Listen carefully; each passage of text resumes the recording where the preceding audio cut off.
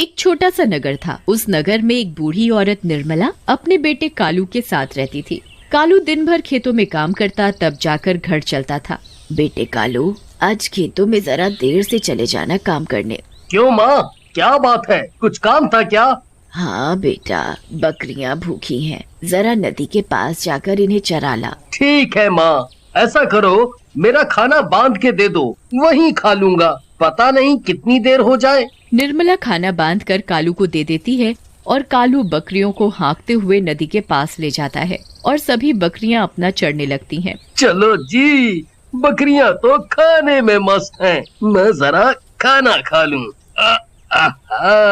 कालू खाना खा लेता है। खाना खाकर उसे बहुत तेज नींद आती है। पेड़ की ठंडी ठंडी छांव के नीचे वो लेट जाता है, पर घास चुभने की वजह से वो सो नहीं पाता। तभी कालू को पेड़ पर कुछ कपड़े लटके हुए दिखते हैं। कालू उन कपड़ों को उतार कर अपने नीचे बिछा लेता है और आराम से सो जाता है। पर उसे ये नहीं पता था कि वो कपड़े एक भूत के हैं जो नदी में नहाने गया हुआ था। भूत जैसे ही नदी से बाहर आता है नहाकर, तो देखता है उसके कपड़े वहाँ नहीं हैं। अरे मेरे कपड़े कहाँ गए? कौन ले गया? अब मैं क्या पहनूंगा? तभी भूत को उसी पेड़ के नीचे एक आदमी दिखाई देता है जो सोया हुआ होता है उसके कपड़ों पर। ए लड़के, उठ! भूत की आवाज सुनकर कालू उठ जाता है और इधर उधर देखता है कि आवाज कौन दे रहा है। तभी कालू को नदी में भूत दिखाई देता है।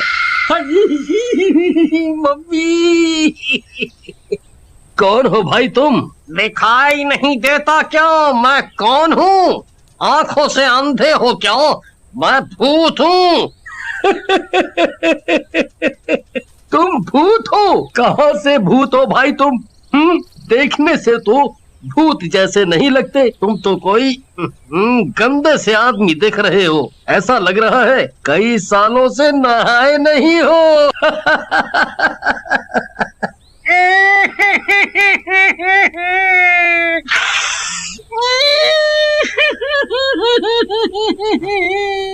हाँ, मैं सच में भूत हूँ।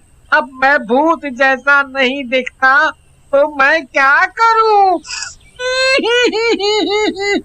अच्छा, मान लिया तुम भूत हो, पर यहाँ आए कैसे? मैं यहाँ नहीं रहता। हम भूतों की भी एक दुनिया है। मैं तो अपने रास्ते से ही उड़कर जा रहा था इस नदी के ऊपर से। नदी दिखी तो सोचा ठंडा ठंडा साफ पानी है, नहा लूं। मैंने अपने कपड़े उतार कर पेड़ पर रख दिए थे और नहाने चला गया था। जिन कपड़ों पर तुम सोए हुए थे वो मेरी लंगोट है। तुम मेरी लंगोट दोगे तो मैं नदी से बाहर निकल पाऊंगा। अगर मैंने तुम्हारी लंगोट दे दी तो तुम नदी से बाहर आ जाओगे। और बाहर आते ही तुम मुझे खा जाओगे, फिर मेरी सारी बकरियों को भी खा जाओगे। नहीं नहीं, मैं तुम्हें और तुम्हारी बकरियों को नहीं खाऊंगा। मैं कैसे मान लूं कि तुम नहीं खाओगे? तुम भूतों का क्या भरोसा? अरे भाई, मैं शाकाहारी भूत हूँ, तो भला मैं तुम्हें कैसे खा सकता हूँ?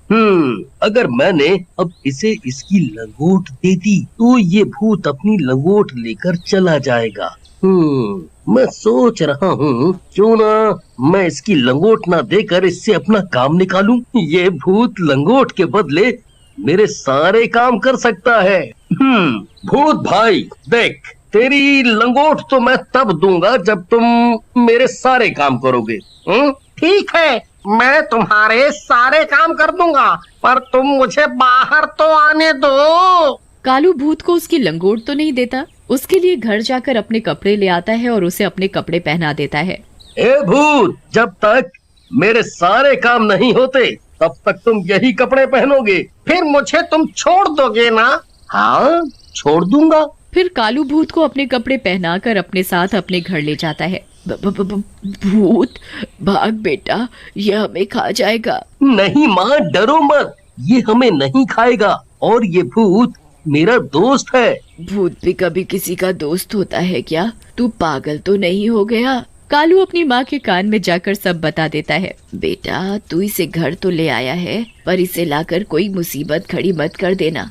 और गांव वालों का क्या? माँ, तुम चिंता ना करो, मैं सब संभाल लूंगा। अगले दिन कालू भूत को खेतों में ले जाता है। ओ भूत, आज तुझे इस खेत में हल चलाना है। रात होने से पहले ये काम खत्म हो जाना चाहिए। चल अब शुरू हो जा, चल। ठीक है भाई, चलाता हूँ हल। कालू वहाँ एक पेड़ के ऊपर जाकर बैठ जाता है और उस भूत पर नजर रखता है। अब हो गया ना काम। लाओ, दे दो मेरी लंगोट। नहीं नहीं, तुम्हें लंगोट नहीं मिल सकती। अभी मैं तुमसे और काम कराऊंगा। अभी तुम नहीं जा सकते। भूत जोर जोर से रोने लगता है।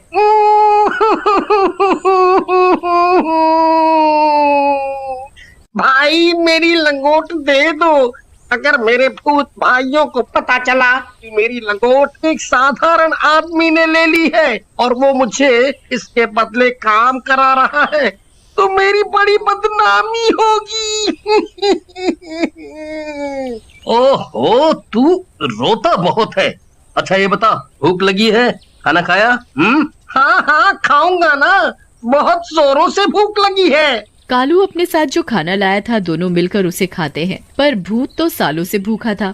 इतने दिनों बाद खाना देखा तो जल्दी जल्दी सारा खाना चट कर गया और कालू भूत का मुंह देखता ही रह गया। खाना खाकर दोनों घर चले जाते हैं। मुझे खाना दो, मुझे बहुत भूख लगी है। इतना स्वादिष्ट खाना मैंने पहली बार खाया है।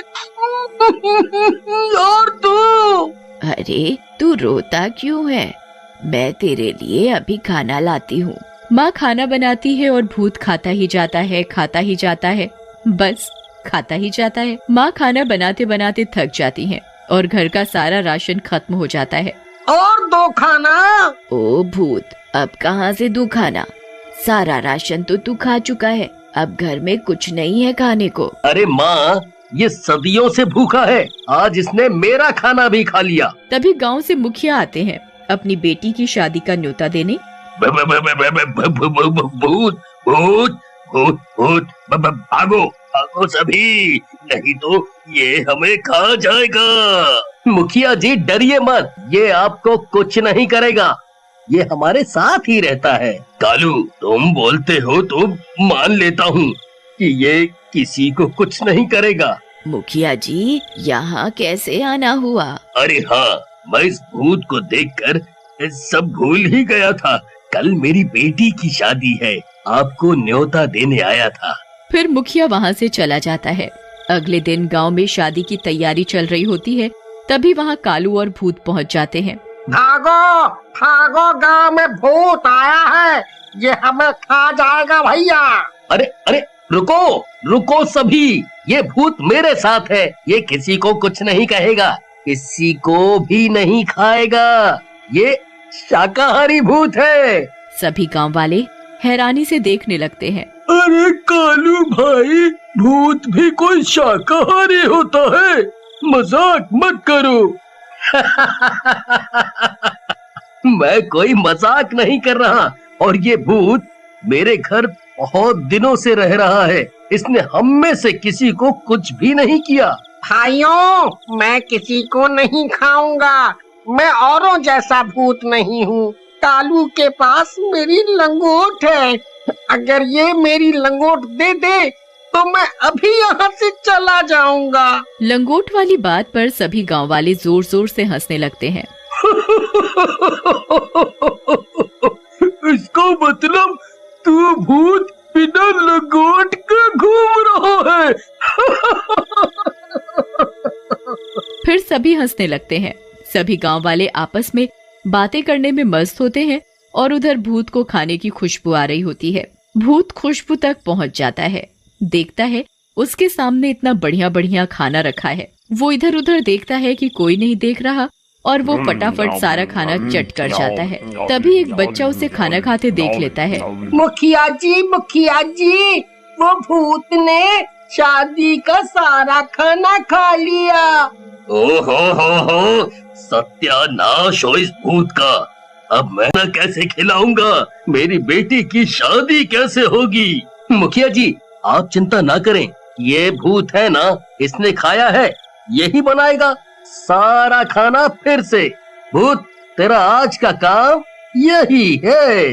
भूत जल्दी जल्दी सभी सब्जियां काट देता है, आटा गूंथ देता है, सभी तरह की मिठाइयाँ बना देता है। देखो भाई, तुमने जो जो काम बोला मैंने सभी काम कर दिए। अब तो मेरी लंगोट दे दो। अभी नहीं दूंगा, अभी बहुत काम है। भूत फिर से जोर जोर से रोने लगता है। मेरी लंगोट दे दो, दे दो, मेरी लंगोट दे दो ना। सभी बच्चे देखते हैं कि एक भूत रो रहा है और वो भी एक लंगोट के लिए, तो उस पर सब बहुत हंसते हैं। पर उधर भूत की भूख बढ़ती ही जा रही थी। भूत गांव वालों का खाना चुरा चुरा कर खाने लगा। ओ भूत सत्यानाश हो तेरा, सारा खाना खा गया चुरा कर। अब मेरे बीवी बच्चे क्या खाएंगे? शोर सुनकर सभी गांव वाले इकट्ठा हो जाते हैं। हाँ भाई, ये मेरे घर का भी सारा खाना खा गया। ऐसे ही ये भूत हमारे घरों का खाना खाने लगा तो हम और हमारे बच्चे क्या खाएंगे? है वो तो भूखे ही रह जाएंगे भैया। इस भूत का कुछ तो करना पड़ेगा। ये भूत कालू का है ना, उसी को बताते हैं जाकर। है? सभी गांव वाले मिलकर कालू के घर जाते हैं और भूत की सारी बात कालू को बताते हैं। भूत एक कोने में खड़ा होकर सब कुछ सुन रहा होता है। कालू, अब बहुत हो गया। इस भूत ने पूरे गांव वालों को दुखी कर रखा है। सभी के घरों का ये भूत रोज रोज खाना खा जाता है। पूरे गांव का अनाज ये खा चुका है। ऐसे ही चलता रहा ना तो एक दिन हम सभी भूख से अपनी जान गंवा बैठेंगे। मुझे भूख लगी थी, इसलिए मैंने खाना खा लिया। मेरा पेट पता नहीं क्यों नहीं भरता। कालू, मैंने तुझे पहले ही बोला था, इसे लाकर कोई मुसीबत मत खड़ी कर देना। देख, अब इसने पूरे गांव वालों को दुखी कर रखा है। देख भूत, तेरे लिए मैं गांव वालों को तो दुखी नहीं देख सकता। सभी गांव वाले मेरा परिवार हैं। तू अपनी लंगोट ले और यहाँ से चलता बन। कालू भूत को उसकी लंगोट दे देता है। भूत लंगोट पाकर बहुत खुश हो जाता है। आप सभी की मुझे बहुत याद आएगी। आप लोग कभी भी मुझे याद करोगे तो मैं यहाँ आ जाऊंगा। अरे नहीं नहीं, हम तुझे कभी भी याद नहीं करेंगे। तू जा जा और इस गांव की तरफ कभी भी मुड़कर मत देखना। जा भाई।